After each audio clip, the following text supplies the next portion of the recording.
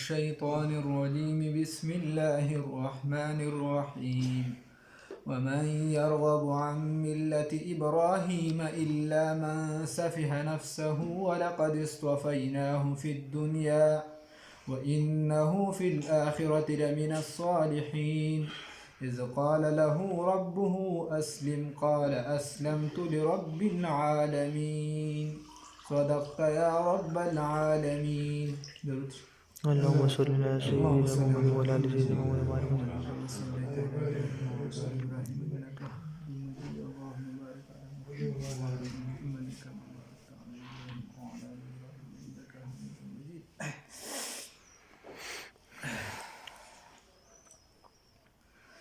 الله رب العزت په فضل سره نن په سپاره کې اخیری سبق دی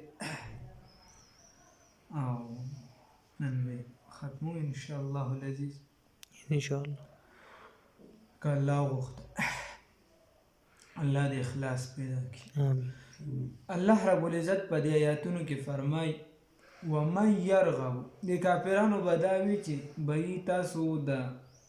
ابراهیم علیه السلام دین پرېښی او تاسو د هغه غلار نه خپلوي او دا هغه کیسې میسې به یې کولې مشرکانو به دا اعتراض کو.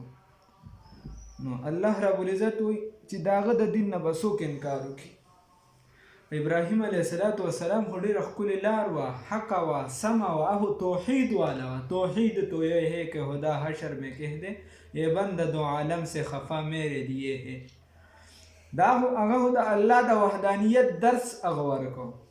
هغه نه خو د دې وجې ټول عالم خفه و چې هغه سمه خبره کول او سمه خبره په سړي باندې بده لګي. او که ستا ډېر نږدې کس وي لکه خپل پلار یې خو چې خبره ده ورته حق کوله هغه نه منله. الله رب العزت ورته د هغه د دین نه به څوک انکار کوي، د هغې نه به څوک مخ اړوي. ومن یرغب ومن څوک دی یرغبو چې مخ به اړوي چې مخ واړوي عن ملت ابراهیم د ملت د ابراهیم علیه السلام نه الا مگر من هغه څوک سفه چې بېوقوفه کړي نفسه خپل ځان لره، چې کمکله کړي خپل ځان لره. ولقد اصطفیناه یقینا موږ غوره کړي وو، اوچت کړي وو د ابراهیم علیه السلام لره فی الدنیا په دنیا کې وانه یقینا دی فی الاخرة په آخرت کې او یقینا دی به وي په آخرت کې لمن الصالحین د نیکانو نه. نو خبره به سمه کې د عمر رضی الله تعالی عنه متعلق راځي وی خبره به حق کې وی هغه به حق خبره کوله نو اخره کې یوازې پاتې شي. مطلب دا چې وله ډېر خوا نه تلاله که ځکه خبره به یې سچ کوله، حق به یې کوله، ډایرک به یې کوله. او الحمدلله ها نو دا خو د حقانیت دلیل دی. نو د دې وجې ته به حق خبره دې وجې نه پرېږدی چې په ډنګریخانو په پلانکیو په پلانکیو په کاکا او په ماما او په بابا په دې به یا ښه لګي او یا به ښه نه لګي. نه، چې کومه دین والا خبره سمه خبره ده نو به سمه کړي. الله رب العزت وی هغه خو ووی اذ قال له په هغه وخت کې چې وویل هغه ربه رب د هغه ته هر کله چې اذ قال له هر کله چې وویل هغه ته ربه رب د ابراهیم علیه السلام اسلم تسلیم شه، تابعدار شه، تابعدار جوړ شه. قال وویل ابراهیم علیه السلام اسلم تو خدای زه خو ستا تابعدار یم، زه خو تابع یم، تسلیم یم لرب العالمین د پاره د رب د عالم. هغه ګوره هغه داسې ذات او تاسو د ځان نه هغه پسې شرک ورتړلی دی. بیا ابراهیم علیه السلام خپلو بچو ته وصیت کړی، وصیت یې ورته څه کړي؟ ورته وي چې ستا دپاره الله دین خوښ کړی دی، غوره کړی دی. الله رب العزت چې دی نو هغه ستاسو دپاره دین غوره کړی. ابراهیم علیه السلام خو دا وصیت کو، هغه بل څه وي، بل څه خبره کوله. نو دا هغه خبره چې راټینګ وي بیا دین راټینګ کې اصل کې خو تاسو نه دین غواړئ نه سادو هېڅ هم نه غواړئ. ووصوا بها او وصیت کړو په دې خبرو سره ابراهیم علیه السلام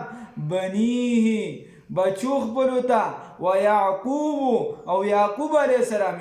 السلام خپلو بچو ته چې نصیحت کړو یا بنیه اے زما بچونو، اے زما بچو، ان الله یقینا الله رب العزت اصطفا غوره کړی دی لکم ستاسو دپاره الدین دین فلا تموتن بس تاسو د مړه نشه هرگز د تاسو مړه نشه تاسو له د مرګ را نشي الا مگر وانتم په داسې حال چې تاسو مسلمون مسلمانان چې د الله تابعدار یې فرمان بردار یې په داسې حالت کې د تاله مرګ راشي دا ما او تا ته نصیحت دی نن سبا چې کس مړ کېږي نو خپل بچي ته څه وایي هتیجې بچې په پلانکي ځای کې دو ځمکه ده او بچې د پلانکي خو را سر په جون ښه نه یې کړی دی به ګوره زما کټ ته نه را پرېږدي ښه نه را او دا پلانکی چې دا هم زما دا خور مې ده خو زما کټ ته به نه را پرېږدي هغه خور وایي دا رور مې دی خو ګورې زما کټ له به په مرګ به هم نه راځي زما خواله دا اسلام تعلیمات نه دي او دا پلانکی به نه را پرېږدي کور ته پلانکی سره به روغه نه کې او د پولي په پلانکي ځای کې خیال ساتي او په سپریم کورټ کې دومره کیسونه دي او په های کورټ کې دومره دي او په پلانکي ځای کې دومره دي او دومره چې دي نو دا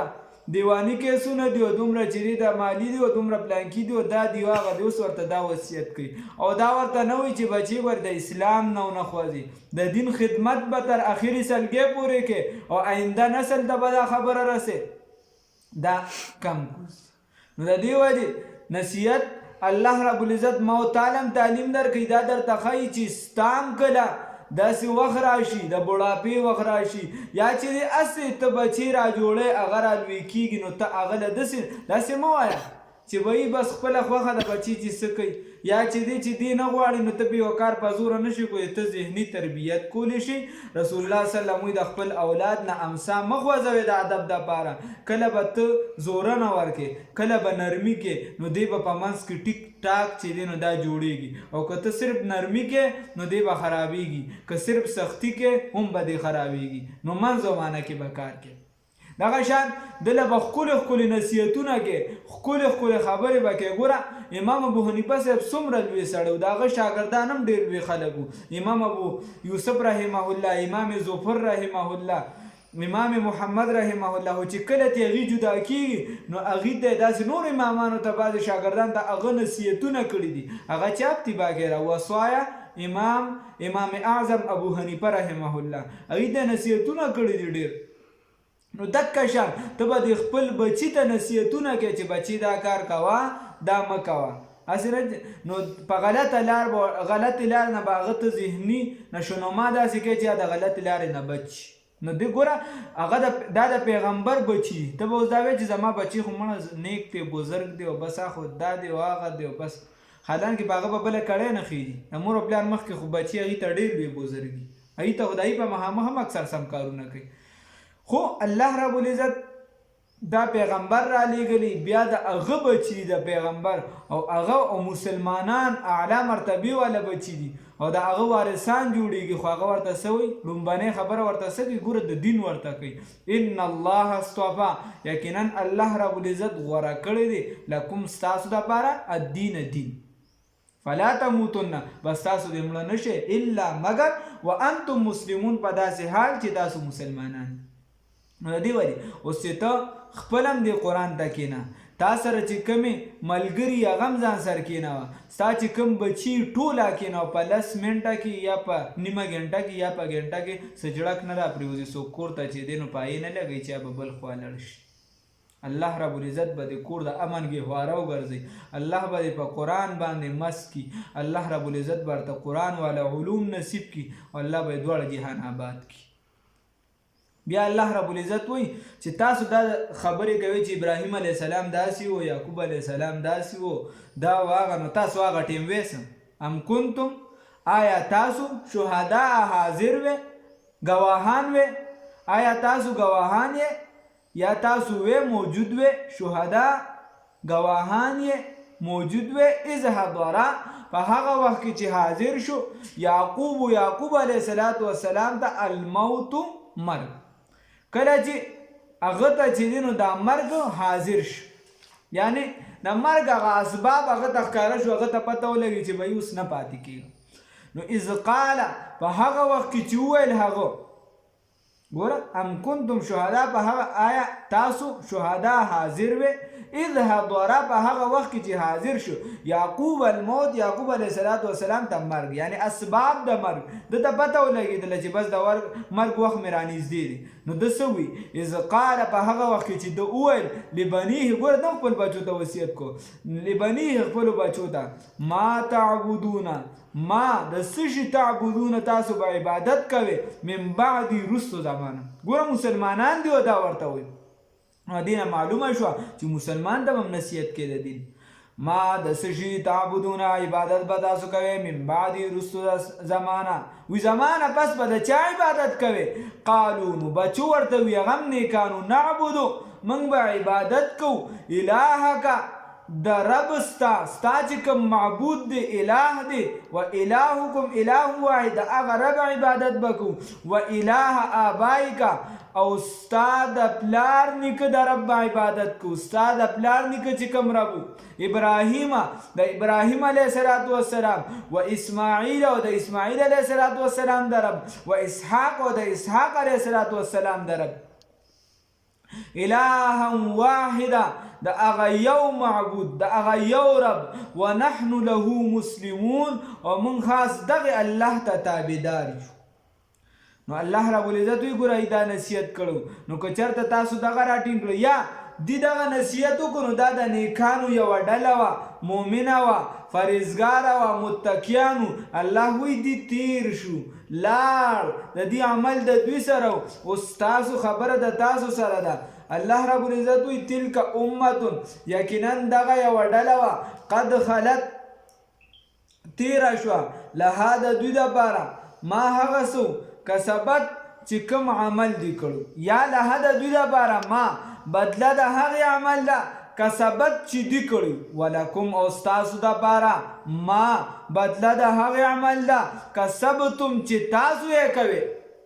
وکاکا ته چې کوم مونځ کې کوم سکې یهودي ته وایي ستا سر به د دې حساب کتاب کېږي تا په محبوب علیه السلام ایمان نه دی راوړی ستا نه به د دې حساب کې تا ته به دا نه شي ویلي چې پلار دی ډېر نیک سړی و نیکه دی ډېر نیک سړی و ابراهیم علیه السلام ډېر هغه خو نیکان و په هغې کې شک نشته خو ته به خپل عمل څه کوې که نه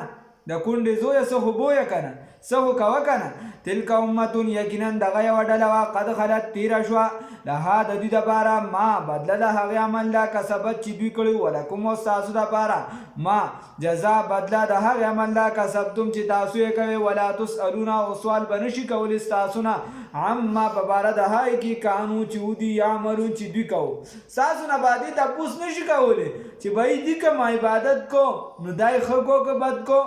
یا تاسو له به د دې د عمل د وجې سزا نشي درکولی تاسو له به خدای پاک د دې د عمل د وجې سزا نه درکوي او د دې د عمل د وجې به تاسو بخیم نه چې تاسو شرک کوئ او تاسو یې چې د دې د وجې به هم بخلی شو داسې خبره ده این حال است و محال است و جنون وقالو او وایي دي اوس د کافرانو به د مسلمانانو ته وي چې مړه یهودي شه عیسائی شه عیسایانو به وي یهودیانو به وي چې یهودي شه او عیسایانو به وي چې عیسائی شه وی سمه لار به ومومي ښه په سمه لار به شي نو الله رب العزت ورته وایي چې تاسو ورته داسې ووایئ چې موږ د ابراهیم علیه السلام ملت راټینګ کړی دی هغه د باطل نه مخ اړونکي و سمې طرف ته او هغه مشرک نه مشرک و نه یهودي و نه نصراني و لهذا هغه په سم دي نو موږ په هغې وقالو وایدی کونو شهودا یهودیان او نسوارا یا عیسایان تهتدون په هدایت بشه لار به عمومه قل ورته ووایه ای پیغمبره صلی الله علیه وسلم بل ملت بلکې موږ تابعداري کړې ده د ملت ده د ملت ابراهیم د ابراهیم علیه السلام د ملت ده ابراهیم علیه السلام حنیفا چې مخ اړونکي د هر باطل نه حق طرف ته چې مخ اړونکي د هر باطل نه حق طرف ته وما کان او نو دی من المشرکین د مشرکانو نه د ابراهیم علیه السلام چې دی د مشرکانو نه نو الله رب العزت وایي تاسو ورته داسې ووایئ چې موږ په الله ایمان راوړی دی چې څه الله په موږ را نازل کړي دي په هغې م ایمان راوړی دی په ابراهیم او اسماعیل او اسحاق او یعقوب او د دې په اولاد باندې چې څه را نازل کړو په هغې م ایمان راوړی دی په نورو پیغمبرانو په ټولو زموږ ایمان دی نو موږ په یهودي او نصراني څه کوو چې موږ دغې طرف ته لاړ شو قولو ورته ووایه ای مسلمانانو آمنا من ایمان راوړی دی بالله په الله رب العزت باندې وما او په هغه څه باندې انزلا چې نازل کړی شوي دي الینا زمونږ طرف ته وما او په هغه څه باندې انزلا چې نازل کړی شوي وو الی ابراهیم د سیدنا ابراهیم علیه الصلاة والسلام ته و اسماعیل و اسحاق و یعقوب و اسماعیل و اسحاق و یعقوب علیه الصلاة والسلام طرف ته والاسباط او اولاد د دوی ته وما اوتی او هغه چې ورکړی شوي موسی او عیسی علیه الصلاة والسلام ته وما اوتی النبیون وما اوها اوتی چې ورکړی شوي النبیون نور پیغمبرانو ته من ربهم د رب د جانب د دوی لا نفرقو من هیڅ فرق نکو بین احد پمیانځ د هیڅ یو پیغمبر کې منهم د دوی نه ونحن له مسلمون او موږ دغه الله ته تابعدار یو من پکې فرق نه کوو د عقیدې په حساب سره موږ دا نه وایو چې دا پلانکي پیغمبر وو او پلانکي نه یا دا یو پیغمبر منو دا بل نه منو دا د عقیدې په حساب سره نور درجې په پیغمبرانو کې خپل د درېمې سپارې په سر آیات کې به بالکل راشي هغه درجې موږ منو هغه الله رب العزت ورکړي دي هغه درجې دي خو د عقیدې په حساب چې یو منو یو نه منو داسې فرق موږ نه کوو لا نفرقو موږ فرق نه کوو بین احد پمیانځ د هیڅ یو پیغمبر کې منهم د دوی نه ونحن موږ چې له مسلمون دغه الله ته تابعدار یو اوس الله رب العزت وایي که دې چېرته ایمان راوړي دا کافران نو دې داسې ایمان نه وړي لکه څنګه چې تاسو راوړی دی نو معلومه دا شوه چې د مودودي صاحب خبره غلطه ده چې صحابه معیار حق نه دي بلکې صحابه معیار حق دي ها دا که څوک دا اعتراض وکړي یا نن سبا څوک داسې وایي چې صحابه چې دی هغې نه دا او هغه نه الله رب العزت ګوره هغه دومره لوی خلک جوړ کړي دي چې الله رب العزت وایي که تاسو ایمان راوړئ نو د دغې صحابو په شان راوړئ بس کیسه ختمه چې الله دغه زمونږ دپاره رهنما او رهبران وګرځول الله وایي دغه شان ایمان راوړئ اصحاب د پاک رسول وو لکه ستوري فإن آمنو بس که چېرته دوی ایمان راوړي نو که چېرته دوی ایمان راوړي بمثل ما په مثل د هغې آمنتم چې راوړي دي تاسو به په هغې باندې فقد اهتدوا نو بس دوی به هدایت عمومي که دوی هغه شان ایمان راوړي نو دوی به هدایت عمومي وان تولوا او که چېرته تاسو مخ واړو که چېرته دوی مخ واړو فانما هم بس یقینا دوی فی شقاق بیا په ضد کې دي فانما هم بس یقینا بیا دوی بس هم دوی فی شقاق په ضد کې دي که چېرته د ایمان نه مخ واړو نو پوه شه چې دوی په ضد کې دي په عناد کې دي او دوی په مخالفت کې دي فسیکفیکا بس زر دی چې کافي بشي ستا دپاره بس زر دی چې کافي بشي ستا دپاره هم د دوی نه الله بس زر دی چې ستا دپاره به د دوی نه الله کافي شي فسیکفیکهم الله بس زر دی چې ستا دپاره به د دوی نه کافي شي الله وهو السميع العليم ودغه الله چې دی اوریدونکي او علم والا دی صبغت الله د یهودیانو به داسې کار وکړو عیسایانو چې څوک به یهودي شو نو دوی به ولله خپلې اوبه وي هغې کې به یې رنګ ورکړه او غوپه به یې ورکړه وی الان وی اوس چې دی سم یهودي شو ها او چې څوک به نصراني شو عیسایي به شو نو د دوی خپلې اوبه وي هغې کې به یې غوپه ورکړه اوس عیسایي شو دا پته نه لګي دا به چاته وچکنده الله رب العزت ورته چې دا دین خو داسې نه دین خو الله رب العزت چې کوم دین مقرر کړی دا دین داسې رنګ دی چې دا سړي په ځان چړکو کو بس دله د بل دین د بل رنګ بیا حاجت نشته سړي په سنتو تابعداري وکړه د دین دا داسې رنګ دی چې دا بیا ښایست دي د مخ نه بیا نورانیت سي صبغت الله وای من قبول کړی دی رنگ د الله تعالی وای من قبول کړی دی رنگ د الله تعالی مطلب دا چې الله مونږ ته دا کوم رنگ راچولی دی اسلام والا مونږ دا قبول کړی دی ومن احسن سوق زیات خایستا من الله د الله نه صبغتن پرنګ کی سوق زیات خایستا د الله نه پرنګ کی مطلب دا پرنګ ورکولو کی چې پرنګ اچولو کی پمنګ چې دا کم رنگ را چړ کو کړی کم رنگ اسلام والا را کړی د دینه بلا سوق کلی رنگ ورکی ونحن له عابدون او من دغه الله رب العزت تا من دغه الله رب العزت ته چې دی عبادت کوون کیو سجده لګون کیو قل ورته وایا اے پیغمبر صلی الله علیه وسلم اتحاجوننا آیا تاسو جګړه کوي زموږ سره په الله په باره د الله تعالی کې تاسو موږ سره د الله په باره کې جګړه کوي و تاسو خو داسې د خره زامن یې په خپله وایي چې دا رب زمونږ هم دی او ستاسو هم دی رب منې او بیا پکې جګړه هم کوي مطلب دا چې دا خو تاسو د سره دغه رب نه مني قل ورته ووایه پیغمبر صلی الله علیه وسلم اتحاجوننا آیا تاسو جګړه کوئ زموږ سره فی الله په باره د الله تعالی کې وهو ربنا حال دا دی چې هغه رب زموږ دی وربکم او رب ستاسو دی ولنا او زموږ دپاره اعمالنا اعمال زموږ دي زموږ دپاره خپل عمل دی ستاسو خپل عمل دی خپل عمل د لارې مل بس کیسه سمه ده ولنا او زموږ دپاره اعمالنا اعمال زموږ دي ولکم او ستاسو دپاره اعمالکم اعمال ستاسو دي ونحن له مخلصون او من خاص دغه الله ته اخلاص کون کیو او من خاص دغه الله ته په اخلاص سره عبادت کون کیو ها دی به وی چې یا دا ابراهیم علیه السلام او یا دا نور چې دا یهودیانو یا نصرانو الله رب العزت وتی چې تاسو خپويږئ او که زه خپويږم ام تقولون آیا تاسو وای ان ابراهیم چې یقینا ابراهیم علیه السلام و اسماعیل و اسحاق و یعقوب اسماعیل علیه السلام و اسحاق علیه السلام و یعقوب علیه السلام والاسباط او خاندان د دوی اولاد د دوی کانو یهودن یهودیان او نصارا یا عیسایان تاسو سوای چې دی یهودیانو یا دی عیسایانو نو بیا دی عیسایانو یا یهودیانو نو قل ورته وایا اے پیغمبر صلی الله علیه وسلم انتم آیا تاسو اعلم ډیر پوهه ام الله یا الله ډیر پوهیږي تاسو خو پوهیږئ که الله ډیر خو پوهیږي نو ومن ازله نو حقیقت دا دی چې الله خو پوهیږي چې الله خو پوهیږي الله وایي چې یهودیان او نصرانان عیسایان نو بس کیسه ختمه قل ورته وایا اے پیغمبر صلی الله علیه وسلم انتم آیا تاسو اعلم ډیر پوهیږئ ام الله یا الله اوس دی به گواهی پټوله گواهی سوه چې رسول الله صلی الله علیه وسلم راغی او دې ته پته وه چې دا برحق پیغمبر دی او دا آخري پیغمبر دی خو دې په ایمان نه راوړه نو الله رب العزت ورته وایي ومن اظلم او څوک دی زیات ظالم ممن د هغه چا نه کتمه چې پټوي شهادتا گواهی عنده چې د سره ده من الله د الله د جانبه د الله د طرفه چې په نزد د سره ده او دې دا پټوي یو خو د پیغمبر صلی الله علیه وسلم یا عامه گواهی چې یو کس سره او دی ایس بیسه گواهی پټی نو بیا دا دی خنه کوي